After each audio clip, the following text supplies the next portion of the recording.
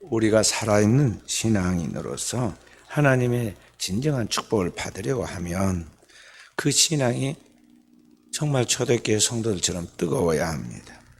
이렇게 뜨겁게 신앙이 살아있으려면 두 가지 필수 요건이 필요한데, 하나는 자각이고 또 하나는 개혁입니다. 자각이라는 것은 오늘의 우리의 현재의 모습에 그 안일하게 머물러 있지 않고 끊임없이 우리 자신을 점검하여 우리의 신앙이 날마다 막전의 찐빵처럼 그렇게 따뜻하고 생명력이 있어야 한다는 것이죠. 또 하나, 개혁이란 우리 자신을 점검하여 뭔가 부족하다, 잘못되었다, 뭔가 지금 제대로 가고 있지 않다 느꼈을 때 그 미비한 것을 단호하게 버리고 취할 것은 취하고 버릴 것은 버리는 그런 결단력을 갖고 나가는 것이죠. 그렇게 우리가 신앙생활을 더 나은 미래를 향하여 발전시켜 나아가는 것이 개혁하는 신앙입니다. 그래서 우리 지금 장로교는 뭐냐면 개혁교회예요. 리폼드 처치, 개혁하는 교회다, 그런 말이죠. 그래서 개혁하지 않으면 구태에 빠져서 결국은 퇴보할 수밖에 없게 되는데, 우리 그리스도인은 늘 이와 같이 개혁하는 신앙의 사람으로 나아가도록 해야겠습니다. 그러려면 내 힘으로는 안 되고 그 영원한 살아있는 하나님의 말씀과 오늘 우리 가운데 그 말씀을 지킬 수 있도록 능력을 공급하시는 성령의 역사가 없이는 결코 우리가 이와 같은 살아있는 신앙, 변화하는 신앙이 될 수가 없다는 것을 알아야 합니다. 오늘 주님께서 우리를 위하여 찾아오셔서 우리에게 영광을 주시기 전에 먼저 우리 앞에서 고난을 받으시는데, 그리스도의 그 고난과 또 그리스도의 그 순환, 그러니까 그리스도의 비하라고 그럽니다. 그리스도의 낮아지시는 이러한 과정을 통해서 우리에게 주시는 그 메시지가 뭔가를 잘 깨달음으로써 오늘 우리의 신앙의 자각과 개혁이 이루어지는 부흥의 역사가 있기를 기원드립니다. 지난주에 보았던 우리의 말씀을 다시 되새김질해 보면요, 지난주에 하나님의 나라에서 오늘 이 땅에 임재하신 하나님의 나라의 왕이신 예수 그리스도께서 이 빌라도의 세상 나라의 통치자를 통해서 재판받는 이야기가 나옵니다. 빌라도는 그 당대의 로마의 황제를 대신해서 이 식민지인 이스라엘 나라를 다스리고 그 땅에 있는 모든 것을 통치하였기 때문에 이 예수 그리스도를 지금 넘겨준 이 사건을 지금 재판하도록 책임을 맡았기 때문에 예수님을 재판한 바, 또 이미 재판하기 전에 모든 걸 다 파악하고 있었으므로 예수 그리스도가 무죄하다는 것을 알았습니다. 그럼에도 불구하고 그들이 보는 앞에서 3번이나 재판하여 결국 그가 죄가 없다는 것을 선언했는데도 불구하고 그의 선언과 노력과 관계없이 예수 그리스도가 결국에는 처형받는, 십자가의 처형을 받게 되는 사실을 우리가 볼 수가 있습니다. 누가복음 23장 2절에 보면 유대인들이 예수 그리스도를 처형하도록 하게 만들려고 3가지 죄목으로 예수님을 고발합니다. 23장 2절 말씀, 고소하여 가로되 우리가 이 사람을 보며 우리 백성을 미혹하고 가이사에게 세를 바치는 것을 금하며 자칭한 그리스도라 하되이다 하니 하고 이야기하고 있는데, 여기 3가지, 첫째가 국가 전복의 음모를 가진 백성을 미혹하게 하는 자라는 것입니다. 두 번째로 오늘 이 사람은 황제에게 납세하도록 국가 세금을 내야 하는데 세금을 반대한다는 것입니다. 세 번째는 자신을 왕이라고 한다. 그리스도라고 말하는 것도 바로 자신을 왕이라고 하는 것인데 그렇게 한다고 고소했어요. 한마디로 예수라는 이 사람은 로마 정권을 정식으로 대항하는 국가 반역의 우두머리다, 반역의 수괴다, 그렇게 지금 누명을 씌워서 고발한 것입니다. 그래서 지난 시간에 요한복음 18장 33절부터 40절 보면 빌라도가 예수님에게 신문할 때 주제가 뭐였느냐면 내가 유대인의 왕이냐. 사람들이 이렇게 고발하고 있는데 내가 진짜 유대인의 왕이냐. 사실 빌라도가 그걸 몰라서 물은 게 아닙니다. 다 파악했고 알고 있는데도 불구하고 지금 형식상 질문을 하는 거예요. 내가 유대인의 왕이냐. 너희가 내 자신을 변호하라는 거죠. 그럴 때 예수님이 뭐라고 답변을 하느냐면 그 질문이 다른 사람, 곧 유대인들이 너에게 한 말이냐, 아니면 네가 정말 나를 로마의 정치적 위협 인물로 보고 나에게 지금 묻는 말이냐고 물어보죠. 그러니까 이 주님은 빌라도의 마음을 다 꿰뚫어 알고 있기 때문에 빌라도가 이미 예수는 그 로마를 위협하는 정치적 인물이 아니라는 것을 다 알고 있고, 단지 이 유대 종교 지도자들이 예수를 시기 질투하여서 그를 지금 넘겨주었다는 것을 다 알고 있는 줄 알기 때문에 아는 것을 왜 물어보느냐 그 말이에요. 내 할 일을 하면 될 것인데 왜 그것을 나에게 물어보느냐는 것이죠. 답변이 곤란해진 빌라도도 아주 어색한 대답을 합니다. 내가 유대인이냐? 내 나라 사람과 대제사장들 너를 고발하였으니 내가 무엇을 하였느냐 하고 이야기를 하죠. 대답을 회피한 것입니다. 저는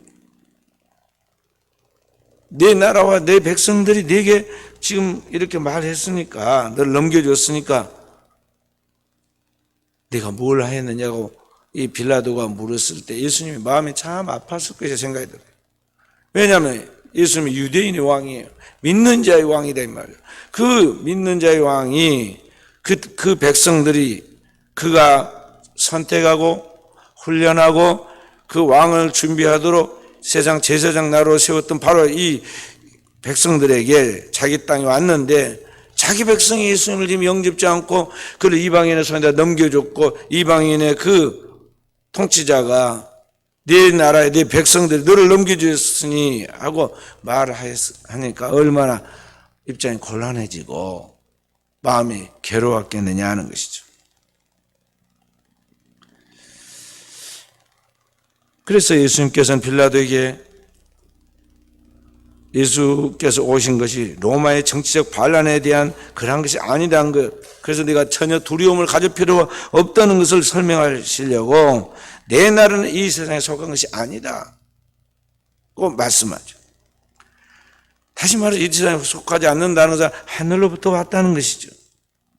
이 세상의 폭력과 권력으로 빼앗은 그러한 힘이 아니라 진리의 하나님으로부터 오는, 그래서 이 땅에 존재하고 있는 이 세상의 악한 세력인 사단의 모든 것을 다 다스리고 영원한 하나님 나라를 이 땅에 도래하기 위하여 세우는 그 하나님의 나라라는 것을 주님께서 지금 이야기한 것이죠. 그래서 주님께서 내 왕국의 이 로마와 같은 땅에 세운 것이 아닌 이 땅을 초월하는 진리의 나라라고 말하고 바로 그 나라의 왕이다라고 주님께서 이야기하죠. 내가 유대인의 왕이냐 물 때 내 말과 같이 내가 왕이니라 말씀을 이 빌라도가 두려워했다고 그랬어요. 그에게서부터 자기도 모르게 풍겨나오는 신적인 권위, 진짜 이 세상에 속하지 아니하나 분명한 권위를 가지고 권력, 이 세상을 초월한 진짜 힘을 가지고 그 앞에 서 있는 하나님의 그 아들의 그런 모든 것들이 느껴진 것이죠. 그래서 두려움이 왔다고 그래요. 그래서 뭐라고 혼자 중얼거리냐면 진리가 무엇이냐. 그러니까 갑자기 어린아이가 선생님 앞에 서서 선생님 묻는 말에 이해를 못하니까 그냥 따라하기를 하는 것과 같은 그런 것입니다. 빌라도의 재판을 통해서 주님께서 그에게 계시하신 이 말씀은 오늘 우리에게 예수 그리스도가 이 세상의 왕이 아닌 하늘로부터 오신 진리의 나라, 영원한 하나님의 나라의 진정한 왕이시라는 것을 여기에 우리에게 계시해 주고 있는 것입니다. 그러니까 빌라도의 보고서에 나중에 보면 자신이 그 앞에 섰을 때 얼마나 초라하고 얼마나 무력하고 얼마나 두려웠던지 그 내용들이 빌라도의 보고서에 로마 황제에게 쓴 그 내용에 그런 이야기가 나옵니다. 자, 그래서 오늘 그러한 주님의 말씀이 지난주까지의 말씀인데 그 말씀을 지나서 이제 오늘 우리 본문의 말씀을 통해서 우리는 참된 왕 중 왕이신 예수께서 그 백성에게 버림을 받고 죽임을 당하기 위해서 넘겨지는 이야기를 우리가 이제 들어가서 보게 됩니다. 유대인들이 예수님을 반역자로 몰아가지고 로마인들에게 넘기면서 이가 유대인의 왕이라고 한다고 이야기를 하였습니다. 그러니까 이스라엘 나라 백성들이 그 앞에 그런 일이 있었거든요. 죽은 자를 살려내고 병든 자를 낫게 하고 굶주린 무리들을 500이여 기적으로 먹이고 12왕조를 남기고 그런 놀라운 일들을 통해서 사람들이 자기도 모르게 우리의 메시아 구원자가 바로 저분이구나 생각하고 예수를 잡아서 억지로 유대인의 왕으로 삼으려고 했던 적이 있어요. 그런데 이 빌라도가 그 예수를 넘겨받은 예수를 재판해 보니까 그가 정말 그런 존재, 그들이 말하고 고소한 내용과는 전혀 상관없는 그러면 차원이 다른 사람.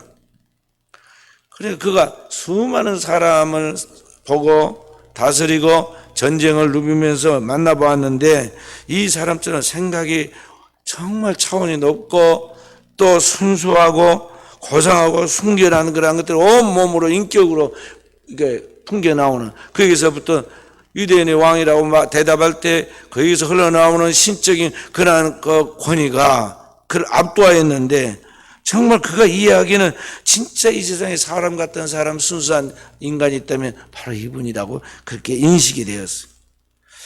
그런데 사람들은 그를 너무나 오해해가지고 그걸 반역자로 몰아가지고 죽게 만들려고 하는 그게 그들의 시기와 질투, 종교적인 이유 때문에 그를 억지로 시기 질투해서 유대인의 왕으로 몰아붙여 죽이려 한다는 그 유대인들의 속셈을 빌라도가 다 간파하고 있었다는 거죠. 그러니까 빌라도가 그들을 그 유대인의 지도자들을 바라보면서 막 신경전을 지금 벌린 겁니다. 넘어가지 않으려고. 그들의 그 종교 지도자로서 품위 있는 옷을 입고 엄숙한 어투로 그리고 그들의 직위에 따라서 활동을 하면서 굉장히 고상하고 거룩한 삶을 살아가기까지 말하지만 그들 속에는 가증한 탐욕과 그 속에는 남을 해하려고 하는 악함이 들어있는데 그것을 위장하고 지금 그들의 손에 피를 묻히지 않게 해서 빌라도에게 그 모든 책임을 떠넘기려고 하는 그들의 모습을 보면서 그들의 신앙의 이중성에 가증함을 느끼고 가소로움을 느낀 거죠. 그래서 예수 그리스도에게 왕이 입는 자색옷과 같은 붉은색 옷을 입히고 왕이 쓰는 면류관과 같은 형태로 가시로 면류관을 씌우고 그리고 왕이 들고 있는 그 귀라고 부르는 이 왕의 지팡이를 그 갈대를 그 손에 쥐어서 쥐어주고 그리고 그에게 채찍질해서 그를 조롱하고 또 그에게 침을 뱉고 그래서 그렇지 않아도 초라한 모습의 그 왜소한 사람을 더욱 초라하게 만듭니다. 그래도 꿈쩍도 하지 않고 그 능력이 많다는 그분이 무리를 걷고 죽은 자를 살리고 병든 자를 낫게 하고 그 능력 많다는 죽은 자를 살리는 그분이 그렇게 모욕과 조롱을 받아도 아무런 반항도 악함도 대응도 하지 아니하고 그대로 그 모든 수모를 겪고 있는 모습을 다 보게 만듭니다.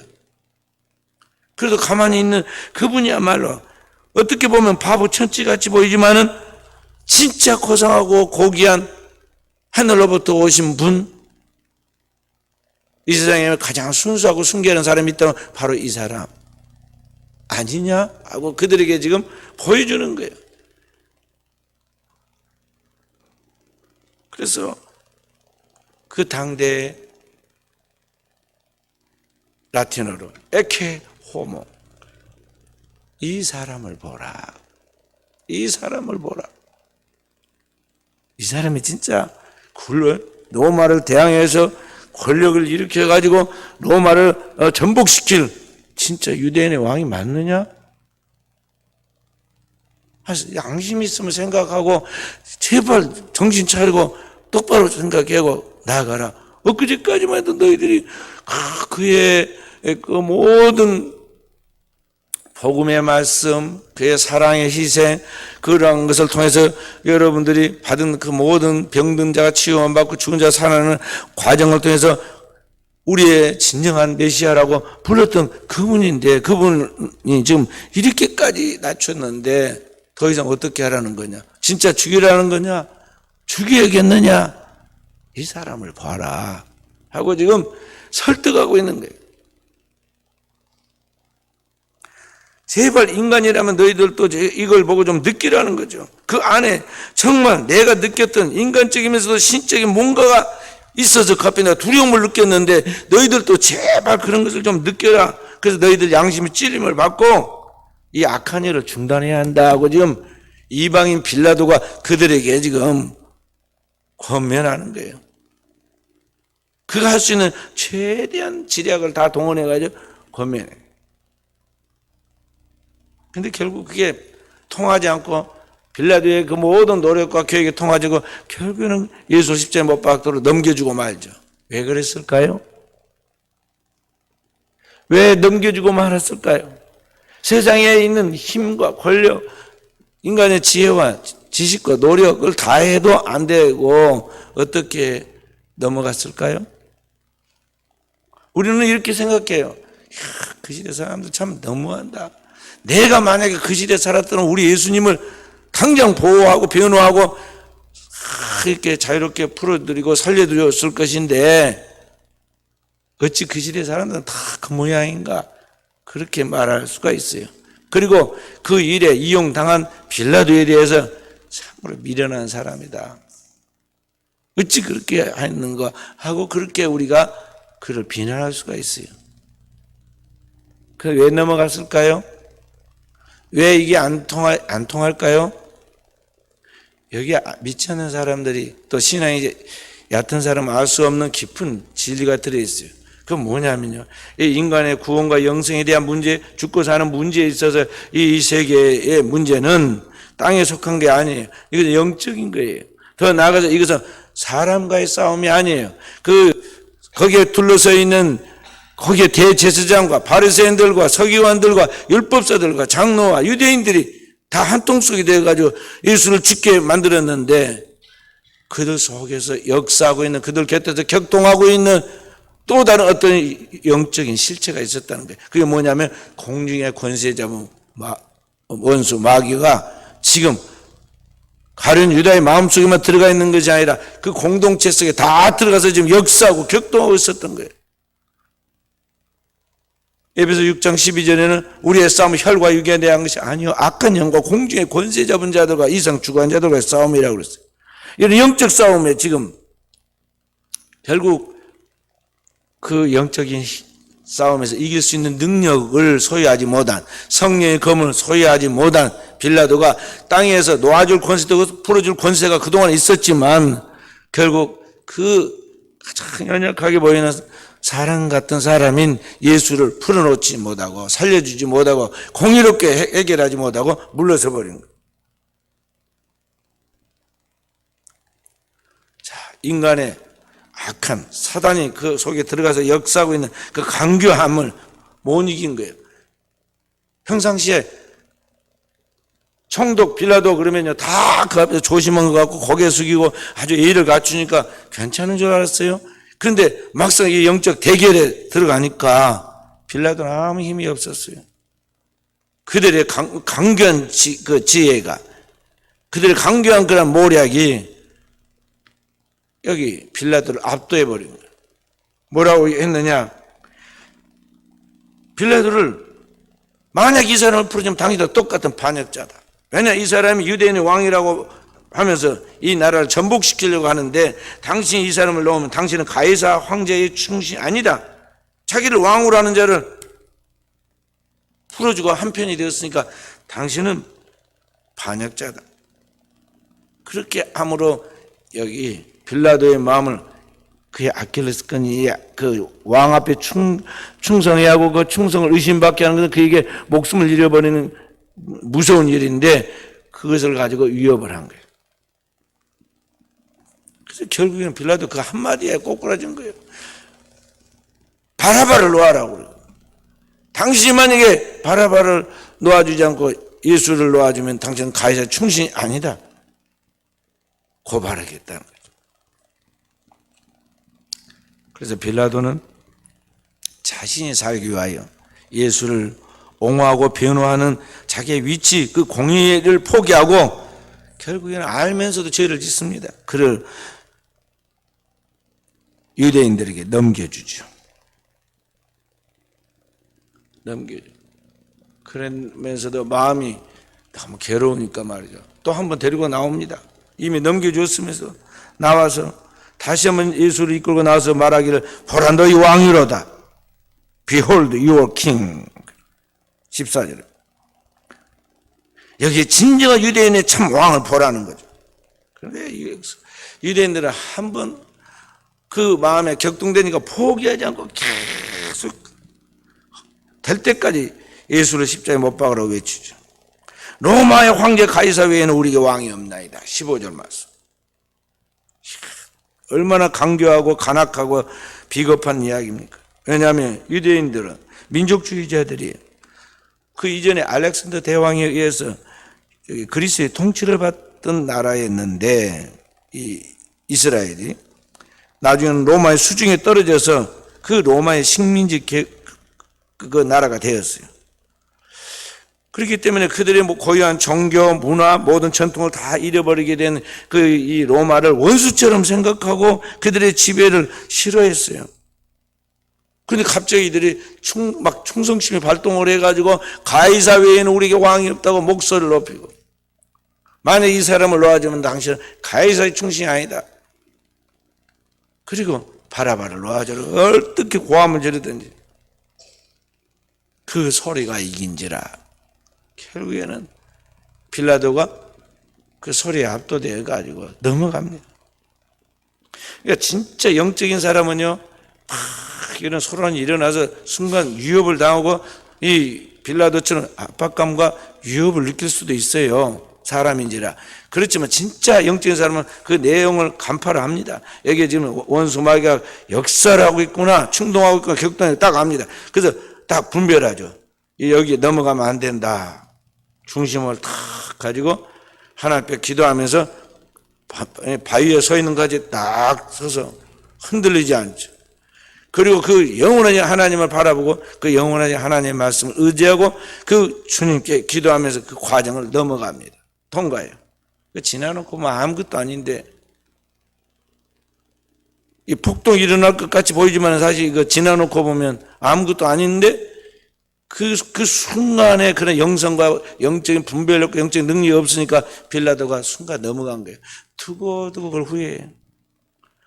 두고두고 그게 괴로움이 돼. 그래서 나중에 누가 죽인 것이 아니라 혼자서 그냥 거의 반 미치광이 돼가지고 돌아다니면서 유리하다가 나중에 죽게 돼요. 광야에서. 그래서 우리 그리스도인들은 이러한 영성과 영적인 능력을 소유해야 돼요.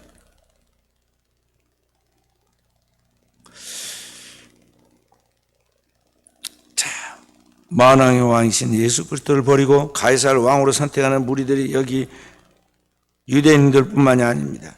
유대인들이 그렇게 함으로써 그들의 신앙에 그동안에 얼마나 허구적인 신앙이 있는가를 볼 수가 있어요.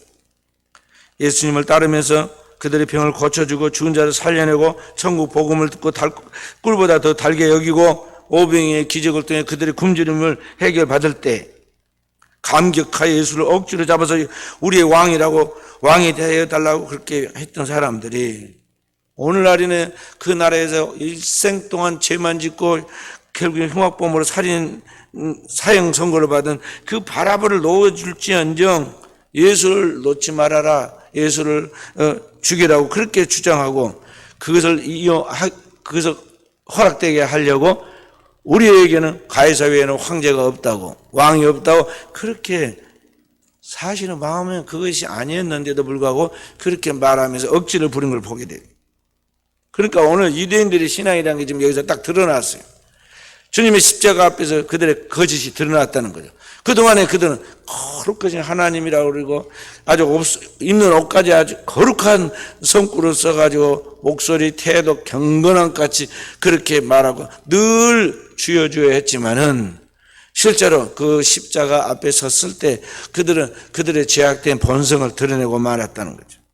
마음의 실제는 세상의 왕을 선택하고 자신의 이권과 탐욕을 얻기 위하여 자기들의 삶의 안정을 얻기 위하여 완전히 이 세상과 세상에 있는 것들 쫓아서 그것을 얻기 위한 마지막 발악을 다하고 있는 그 속에서 오늘 유대인들의 2000년 된 그 당대 아브라함 때부터 그때까지 2000년 그들의 신앙이 허구였음을 드러내고 있는 거죠. 그래서 이스라엘 백성들의 조상들이 괜히 애굽의 포로가 되고 바벨론의 포로가 되고 아수르의 포로가 된 게 아니에요. 그들 안에 신앙의 진실이 드러났을 때 복받을 만한 게 없다는 것, 하나님의 나라의 축복을 받을 수 있는 은혜를 누릴 수 있는 그런 단계가 아니다 알기 때문에 하나님께서 밭을 갈아엎듯이 그들의 삶을 뒤엎은 거예요. 지금 예수님 당대도 그런 모습을 지금 드러내고 있어요. 지금 이들이 모여가지고 밤이 새도록 응모하고 이제 낮에나 그 재판이 끝나가지고 예수를 넘겨줄 때까지 고함을 지르면서 그들이 모여서 예수를 십자가에 못 박으라고 외치고 있는 그 열심은 진짜 하나님께로부터 나온 거룩한 열정과 열심이 아니라 그들의 욕망과 이익을 얻기 위해서 나오는, 이때를 놓치면 안 된다고 생각하고 예수를 어떻게든지 죽여서라도 내 자리를 지켜야겠다, 나의 일꾼을 챙겨야겠다고 생각하는 인간의 내면에 잠재되어 있는 탐욕을 지금 보여주고 있다 이 말이에요. 그래서 평상시 예수님의 제자들 데리고 다니실 때 바리새인의 누룩을 조심해라 그래서. 그리고 먹는 음식을 이야기한 적고 떡 가지고 왔습니다 그러니까 아니 그 말이 아니라 바리새인의 교훈을 조심해라는 뜻이다. 누룩과 같이 퍼져나가는 바리새인들의 그 교훈을 조심하라고 주님께서 설명해 주죠. 그리고 주님이 직접 유대인들의 실체를 말씀하실 때 보면 마태복음 13장에 화 있을진저 외식하는 서기관과 바리새인들이여 하고 그들이 막 책망합니다. 그리고 그들의 그 신앙의 허구성을 지적을 할 때 무덤에다가 비유를 하잖아요.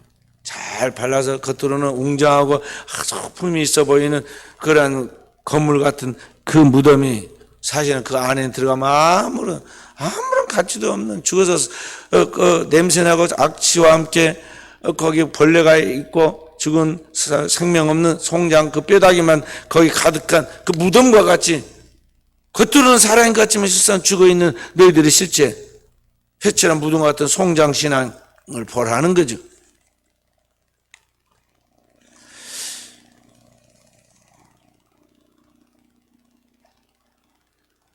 그래서 이와 같이 당대에 믿고 있는 사람들이 믿는다 하지만 신앙 이상과 현실 사이가 이렇게 컸던 것처럼 그들은 지금 진짜 왕이 그 앞에 섰는데 만왕의 왕이고 이 역사의 영원한 왕이신 예수 그리스도가 그들 앞에 서 있는데 그 예수 그리스도를 경배하는 것이 아니라 그들은 스스로 자신이 하나님이 되고 신이 되고 자신이 왕이 돼가지고 자기 마음대로 욕망을 추구하고 나갔다는 거예요. 자기가 왕이 되었어요. 구약 이사야서의 사사기에 보면 출애굽한 이스라엘 백성들이 가나안 땅에 정착하기 전에 시대를 사사시대라는데 사사시대에 보면은요 그 이스라엘 백성들이 많은 혼란을 겪게 됩니다. 그게 마지막 말씀이 뭐냐면 이스라엘에 왕이 없으므로 원수 마귀가 아담과 하와에게 와서 시험할 때 네가 하나님처럼 되리라는 것 같이 선택한 이스라엘 백성들에게도 똑같이 와서 네가 왕이다, 내 마음대로 해도 된다, 네가 하고 싶은 대로 하는 것이 그것이 인권이고 자유고 행복이다 그렇게 생각하면서 자기를 우상화시켜요. 그런 자신이 지금 왕이 되어 있는데 자기도 모르게 지금 여기 유대인들이 자기가 왕이 되어 있고 자기가 신이 되었고 있단 말이에요.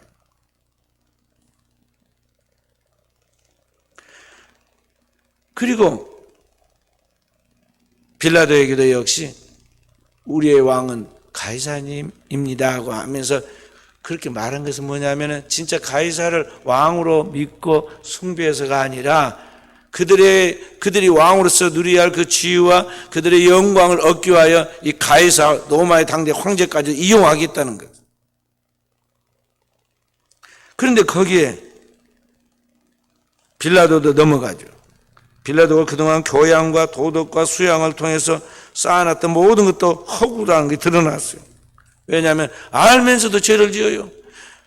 그렇게 예수를 죽게 남겨두면은 이거 올바르지 않다는 걸 알면서도 결국은 자신이 살기 위해서 자신이 왕과 같이 자기가 살기 위해서 예수를 죽게 넘겨주죠. 그래서 이런 모든 것들은 뭐냐면 인간이 무엇인가를 보여줘요. 오늘 인간이 무엇이냐? 인간은 모두가 다 이생의 탐욕에 미혹되어서 그것을 얻기 위하여 자신을 왕으로 삼고 예수까지도 그것을 이용하다 못하면 그를 죽이기까지 하는 그러한 죄인들이란 것, 죄에 지배받는 존재라는 것을 지금 오늘 성경 우리에게 계시해 주고 있는 거예요. 그래서 오늘 우리의 신앙의 허구성을 발견해야 돼요. 여러분과 저는 다르냐? 우리도 똑같다는 것입니다. 오늘 나의 왕이 누구냐? 우리의 왕이 누구냐? 과연 우리가 정말 예수 그리스도를 왕으로 믿고 선택하며 그를 따라가고 있습니까? 그의 말씀에 거스림이 없이 온전하게 순종하는 어린 양으로 따라가고 있느냐는 것이죠.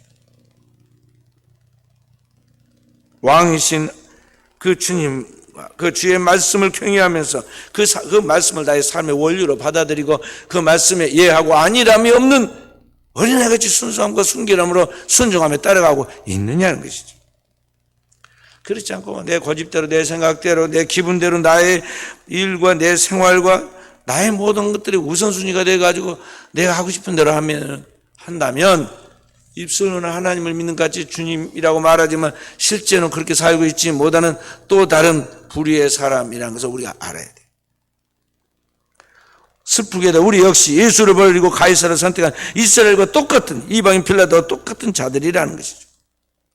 예수를 십자가에 처형해서라도 자신의 이권을, 자신의 욕망을, 자신의 그런 모든 것들을 충족시키려고 하는 그런 덜 떨어진 신앙이 되는 것이죠.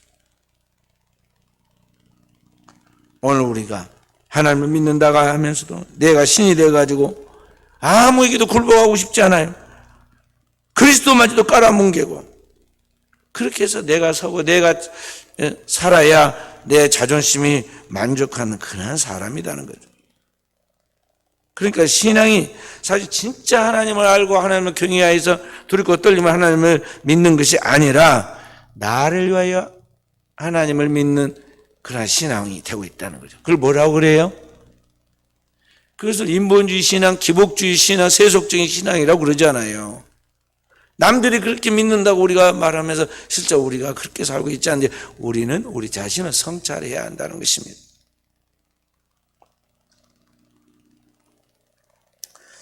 문제는 그렇게 사는 이스라엘 백성들이 지나치게 회칠한 무덤과 같다 그런 말씀처럼 아무런 생명력이 없고 힘이 없어요. 오늘을 사는 우리가 그렇게 살아가고 있을 때 우리 안에 하나님의 생명이 없다는 걸 알아야 돼요. 내 안에 예수가 거해야 하나님의 생명이 내 안에 가는데 예수가 내 안에 없으면 하나님의 생명이 내게 없다는 것을 우리가 알아야 한다는 것이죠. 그래서 우리는 내 신앙이 어떠한가 하나님의 말씀 속에서 그리스도의 생애를 통해 계시한 하나님의 말씀을 통해서 우리 자신을 성찰하고 우리 자신의 그 신앙의 허구성과 위험성을 깨달아서 점검해서 이러한 것들을 잘라낼 것은 잘라내고 개혁할 것은 개혁해서 말씀의 정도를 걸어야 한다는 것입니다. 할렐루야.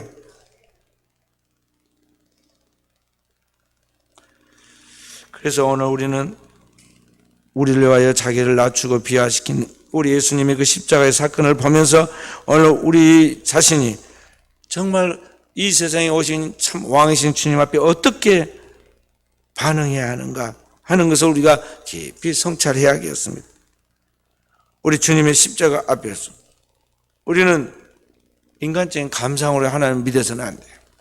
찬양도 복음 찬양에서 시작했으면 영감 있는 찬송가에 나와 있는 영감 있는 찬양으로 끝이 나야 돼요. 맨날 울고 짤고 감상적인 신앙, 회개를 유도하는 그걸로 끝나면 안 돼요. 영혼에 우르는 경배와 찬양과 구속의 은혜에 대한 감격과 기쁨이 넘치는 그 밝은 찬양으로 끝이 나야 한다는 거예요.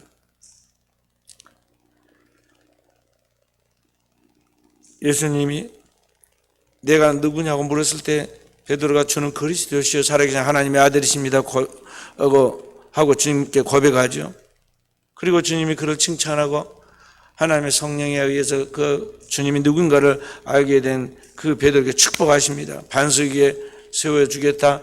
천국 열쇠를 주어서 모든 만물을 다스리는데 하나님의 나라를 세워가는 그 으뜸이 되어 그리스도의 대사로서의 사명을 감당하게 해주겠다고 그에게 축복을 주죠. 그때 기분이 업된 이 베드로가 예수님이 그때부터 한 단계 업그레이드 시켜서 말씀을 이제 더 나아갔는데 그게 뭐냐면 십자가와 부활의 이야기예요. 그때부터 십자가 부활을 이야기하니까 기분이 업돼가지고요. 그 말씀의 깊은 내용을 가만히 듣고 그게 무슨 말씀입니까? 평상시 같이 물어야 하거든요. 처음 듣는 이야기니까. 십자가를 지고 죽으신다. 3일 만에 부활한다 말씀이 무슨 이야기냐 물어야 하는데 말이죠. 막 기분이 좋아가지고 자기 생각대로 해서 그런 거예요. 아니 우리 주님이시며 하나님의 아들이신 그 그리스도이시며 하나님의 아들인 우리 주님께서 십자가에서 죽다니요. 자꾸 그런 일이 있어서는 안 됩니다.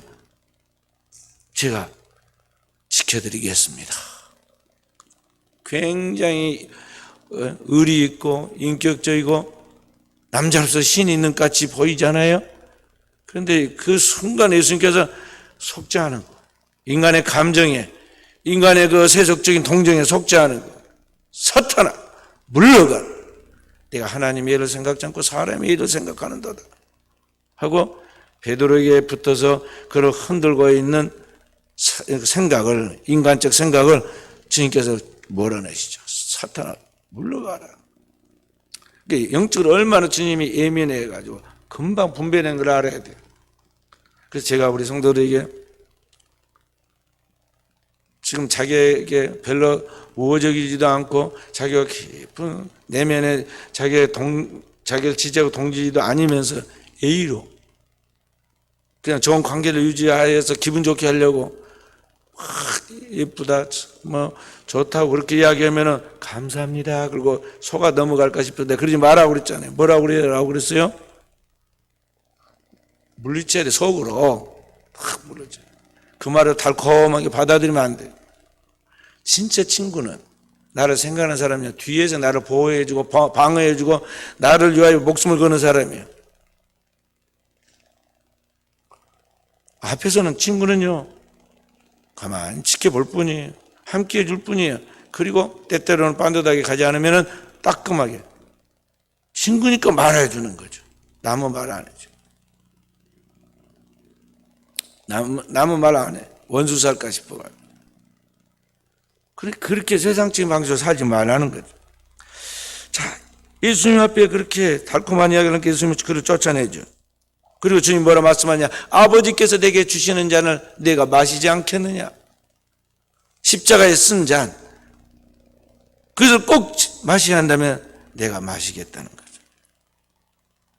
주님은 반드시 자기가 인류를 위하여 대속의 죽음을 가져야 할 줄 알았고 그 십자가의 죽음이 무엇인가를 알기 때문에 그 주님께서 아버지께서 내게 주신 잔이라고 그랬고 그것을 마시겠다고 받아들인 거예요. 그런데 우리는 그런 것도 저런 것도 모른 채 단순한 감성적인 자리에 서서 예수를 상상 속에서 받아들이고 믿습니다. 상상 속에 자기가 만드는 하나님, 자기가 만든 예수님, 그래서 자기 생각 속에서 막 감상적으로 노래를 부르면서 눈물을 줄줄 흘립니다. 그리고 결정적인 십자가를 져야 하는 사건들, 은밀한 주의 하나님 앞에서 희생해야 할 자리, 누군가 죽어야 한다면 거기 앞에 서서 죽음을 향하여 앞장서야 할 그런 자리에서는 다 빠져나고 바람처럼 빠져나고 없어요. 한 사람도 없어. 예수님 당대에도 그 수천 수만의 구름대처럼 많은 사람들이 주님이 십자가를 이야기하니까 다 떠나갔어요. 주님이 제자들에게 물었습니다. 너희도 가려느냐? 그리고 실제로 예수님이 십자가 앞에 섰을 때는 한 사람도 다 도망을 갔어요.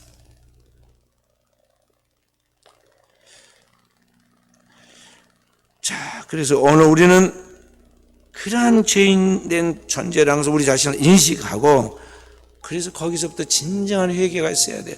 내가 바로 그 죄인입니다.